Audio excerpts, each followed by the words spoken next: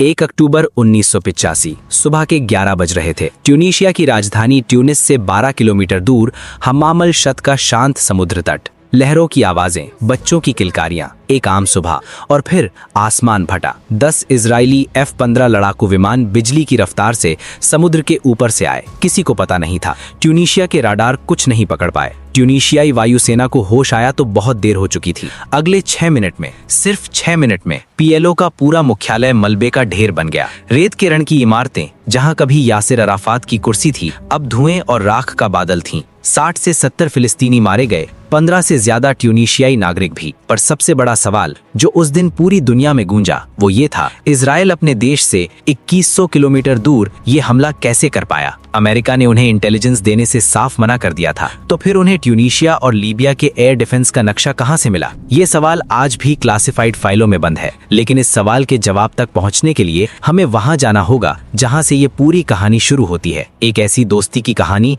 जो दुनिया को कभी दिखाई नहीं गई। साल 1968, भारत की प्रधानमंत्री थीं इंदिरा गांधी। उस वक्त भारत की विदेश नीति में इजराइल का नाम लेना राजनीतिक आत्महत्या जैसा था। भारत ने PLO और अरब देशों के साथ अपनी सहानुभूति जताई हुई थी। पूरी दुनिया में भारत फिलिस्तीनी मुद्दे का समर्थक माना जाता था। लेकिन इंदिरा गांधी सिर्फ एक आदर्शवादी नेता नहीं थी, वे एक कुशल शतरंजी भी थीं। उसी साल उन्होंने एक नई जासूसी संस्था बनाई, रॉ यानी रिसर्च एंड एनालिसिस विंग, और इसके पहले प्रमुख बनाए रामेश्वर नाथ काव, जिन्हें लोग प्यार से राम जी कहते थे। इंदिरा गांधी ने काव को एक गुप्त निर्देश दिया जो किसी फाइल में दर्ज नहीं हुआ, इजराइल की मौसाद के साथ संबंध बनाओ। क्यों? क्योंकि पाकिस्तान, चीन और उत्तर कोरिया तीनों एक साथ करीब आ रहे थे और इस त्रिकोण के बीच भारत अकेला खड़ा था। इंदिरा को एक ऐसे साझेदार की जरूरत थी जो दुश्मनों के दुश्मन को समझे, और मौसाद दुनिया की सबसे खतरनाक खुफिया एजेंसियों में से एक, उनका यही साझेदार बनी। मुलाकातें होती थी ब्रुसेल्स में, अंधेरे कमरों में, बिना किसी सरकारी दस्तावेज के, कभी काठमांडू में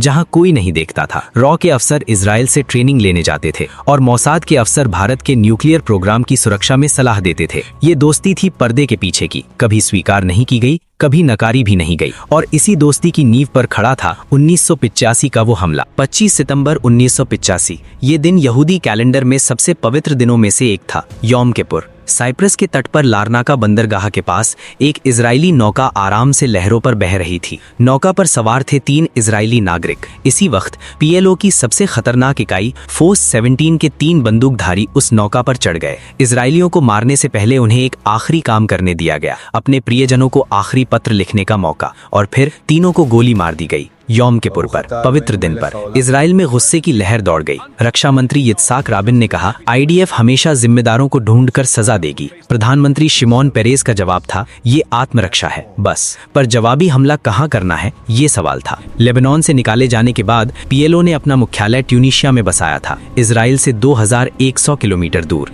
इतनी दूर से हमला करना इजरायली वायुसेना के इतिहास में कभी नहीं हुआ था, लेकिन इजराइल ने ठान ली थी। इजराइल के सामने सबसे बड़ी समस्या थी इंटेलिजेंस। ट्यूनीशिया और लीबिया के एयर डिफेंस सिस्टम्स का पूरा नक्शा चाहिए था। रडार कहाँ है, मिसाइल बैटरियां कहाँ लगी हैं, किस ऑल्टीट्यूड पर उड़ने से डिटेक्शन से बचा जा सकता है। इजराइल ने अपने सबसे बड़े दोस्त अमेरिका से ये जानकारी मांगी। अमेरिका ने मना कर दिया। क्यों? क्योंकि ट्यूनीशिया उस वक्त अमेरिका का दोस्त था, मुअम्मर गद्दाफी की लीबिया के खिलाफ एक बफर स्टेट। वॉशिंगटन इस रिश्ते को खतरे में नहीं डालना चाहता था। हमले की रात से पहले ट्यूनीशिया ने खुद अमेरिका को सिग्नल दिया, हमें डर है, इजराइल हमला कर सकता है। और अमेरिका ने ट्यूनीशिया को भरोसा दिलाया, चिंता मत करो, कुछ नहीं होगा। ये भरोसा झूठ निकला, या शायद अमेरिका खुद नहीं जानता था। तो फिर ये इंटेलिजेंस कहां से आई? इतिहास में दर्ज है एक नाम, जोनाथन पोलार्ड, एक अमेरिकी नेवल इंटेलिजेंस एनालिस्ट जो इजराइल के लिए जासूसी कर रहा था। उसने ट्यूनीशियाई और लीबियाई एयर डिफेंस सिस्टम्स की सैटेलाइट इमेजेस इजराइल को भेजी। पोलार्ड के कोर्ट डॉक्यूमेंट्स में ये स्वीकार किया गया, ये मिशन उस जानकारी के बिना संभव नहीं होता। लेकिन यहाँ एक और परत है जो बहुत कम लोग जानते हैं।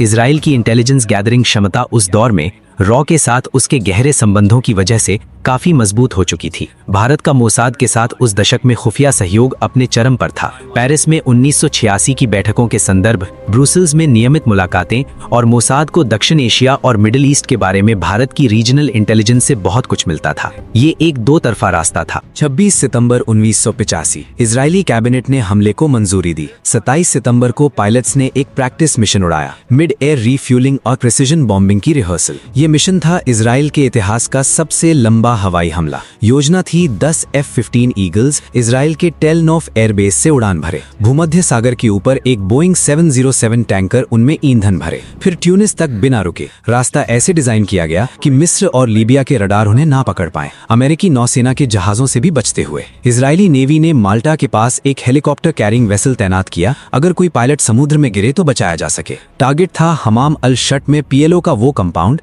जहां यासिर अराफात का दफ्तर था, फोर्स 17 की बैरक थी और पीएलओ के सारे कम्युनिकेशंस और ऑपरेशन सेंटर्स। रेत के रंग की इमारतों का एक समूह समुद्र किनारे। 1 अक्टूबर 1985 को सुबह 8 बजे 10 F-15s ने उड़ान भरी। उड़ान के 1 घंटे बाद मेडिटेरेनियन के ऊपर बोइंग 707 टैंकर मिला। हर F-15 में 13.5 टन ईंधन भर गया। ट्यूनिस की खाड़ी के ऊपर पहुंचे तो बादल, पायलटों का दिल डूबा, मिशन फेल हो सकता था। और फिर जैसे किस्मत ने साथ दिया, बादल हट गए। सुबह 11 बजे ट्यूनीशिया तट पर F-15s ने लो एल्टीट्यूड पर हमला शुरू किया। 6 2-सीटर F-15Ds ने GBU-15 गाइडेड बॉम्ब्स दागे, एक बम प्रिसिजन के साथ। फिर सिंगल सीट F-15Cs ने MK-82 अनगाइडेड बॉम्ब से कंपाउंड के बचे खुचे हिस्सों को तबाह किया। पूरा ऑपरेशन 6 मिनट। ट्यूनीशियाई वायुसेना इंटरसेप्ट करने की कोशिश कर ही रही थी कि F-15s जा चुके थे। पीएलओ का पूरा मुख्यालय मलबा, इजराइल का एक भी विमान, एक भी खरोंच नहीं। लेकिन जो शख्स इस हमले का असली टारगेट था, यासिर अराफात,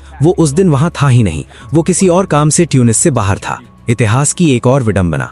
हमले के बाद दुनिया हैरान थी। ट्यूनीशिया के राष्ट्रपति हबीब बुर्गिबा ने कहा, इतनी दूर से ये हमला बिना अमेरिका की जानकारी के संभव नहीं। ट्यूनीशिया ने अमेरिका से डिप्लोमेटिक टाइज तोड़ने तक की धमकी दी। मिस्र ने इजराइल से बॉर्डर नेगोशिएशंस रोक दिए। यूएन सिक्योरिटी काउंसिल रेजोल्यूशन 573 में इस हमले को ट्यूनीशिया के खिलाफ आर्म्ड अग्रेशन कहा गया, यूएन चार्टर का फ्लेग्रेंट उल्लंघन। वोटिंग में सिर्फ अमेरिका ने एब्सटेन किया, इजराइल के पक्ष में नहीं गया, लेकिन निंदा में भी शामिल नहीं हुआ। 10 अक्टूबर 1985 को इजरायली हमले का जवाब देने के लिए अकीले लाउरो नाम के इटालियन क्रूज लाइनर को पीएलओ समर्थकों ने हाईजैक कर लिया। एक अमेरिकी यात्री की हत्या कर दी गई। हिंसा का चक्र रुकता नहीं। लेकिन इस पूरे हमले के पीछे एक और कहानी थी जो तब कोई नहीं जानता था। भारत और इजराइल की वो गुप्त पार्टनरशिप जो उसी दशक के सबसे बड़े जियोपॉलिटिकल ड्रामास की आत्मा थी। 1980 का दशक रॉ और मोसाद के सबसे गहरे सहयोग का दौर था। 1977 में इजराइल के रक्षा मंत्री मोशे दयान गुप्त रूप से भारत आए। काठमांडू होते हुए रॉ के अफसरों से मुलाकात हुई। वजह पाकिस्तान का न्यूक्लियर प्रोग्राम। रॉ के एजेंट्स ने कहूता के पास के बार्बर शॉप्स में साइंटिस्ट्स के बाल के नमूने चुराए। उनमें रेडिएशन के ट्रेसेस पाए गए। भारत को पता चल गया पाकिस्तान न्यूक्लियर बॉम्ब बना रहा है। ये इंटेलिजेंस मोसाद के साथ शेयर हुई। 1981 में इजराइल ने इराक का ओसिराक न्यूक्लियर रिएक्टर उड़ा दिया। उसी का ब्लूप्रिंट उन्होंने पाकिस्तान के कहूता पर अप्लाई करना चाहा। 1982-84 के बीच इजराइल ने भारत के सामने एक एक्स्ट्राऑर्डिनरी प्रपोजल रखा, हमें इंडियन एयर स्पेस और इंडियन एयर बेसिस दो, हम कहूता को उड़ा देते हैं। इंदिरा गांधी, जिन्होंने दुनिया के सामने कभी इजराइल का नाम नहीं लिया, अंदर खाने इस प्लान को अपनी मंजूरी दे दी। प्लान था इजरायली F-16s और F-15s जामनगर एयरबेस गुजरात पर उतरें, फिर सेंट्रल इंडिया होते हुए उधमपुर से उड़ें, कहूता पर हमला करें। फरवरी 1983 में भारतीय मिलिट्री ऑफिशियल्स गुप्त रूप से इजराइल गए, इलेक्ट्रॉनिक वॉरफेयर इक्विपमेंट खरीदने जो कहूता के एयर डिफेंसेस को न्यूट्रलाइज कर सके। लेकिन ये प्लान कभी पूरा नहीं हुआ। कहूता स्ट्राइक प्लान क्यों रुक गया? पहली वजह, CIA ने पाकिस्तान को लीक कर दिया, क्योंकि अमेरिका उस वक्त पाकिस्तान को अफगानिस्तान में सोवियत फोर्सेस के खिलाफ इस्तेमाल कर रहा था। वॉशिंगटन किसी भी कीमत पर पाकिस्तान को नाराज नहीं करना चाहता था। पाकिस्तान की ISI को खबर लगी, PAF पाकिस्तान एयरफोर्स को अलर्ट कर दिया गया। F-16s को स्टैंड बाय पर रखा गया। पाकिस्तान ने एक साफ संदेश भेजा, अगर कहूता पर हमला हुआ तो हम भारत के ट्रॉम्बे न्यूक्लियर फैसिलिटी और इजराइल के डिमोना न्यूक्लियर कॉम्प्लेक्स पर हमला करेंगे। 3 देश न्यूक्लियर वॉर के कगार पर। और फिर अक्टूबर 1984 में इंदिरा गांधी की हत्या। कहूता प्लान के साथ सबसे बड़ा राजनीतिक समर्थन भी चला गया। राजीव गांधी ने प्रधानमंत्री की कुर्सी संभाली। उन्होंने इस प्लान को ठंडे बस्ते में डाल दिया और 1988 में पाकिस्तान के साथ एक अग्रीमेंट पर साइन किए, जिसमें दोनों देशों ने एक दूसरे के न्यूक्लियर इंस्टॉलेशंस पर हमला न करने का वचन दिया।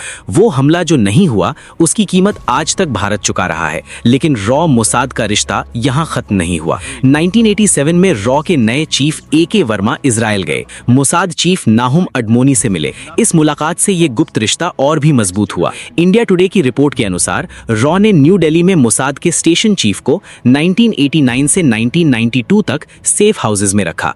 राजीव गांधी की खुद इस ऑपरेशन को मंजूरी थी। 1992 में भारत और इजराइल के बीच फॉर्मल डिप्लोमेटिक रिलेशन स्थापित हुए। जो रिश्ता 1968 से शैडो में था, वो आखिरकार दुनिया के सामने आया। ऑपरेशन वुडन लेग सिर्फ एक हवाई हमले की कहानी नहीं है, ये कहानी है उस दुनिया की जो हम देखते हैं उसके पीछे की, जहां दो देश जो सरकारी तौर पर दोस्त नहीं हैं, दशकों तक एक दूसरे के सबसे भरोसेमंद साझेदार रहे।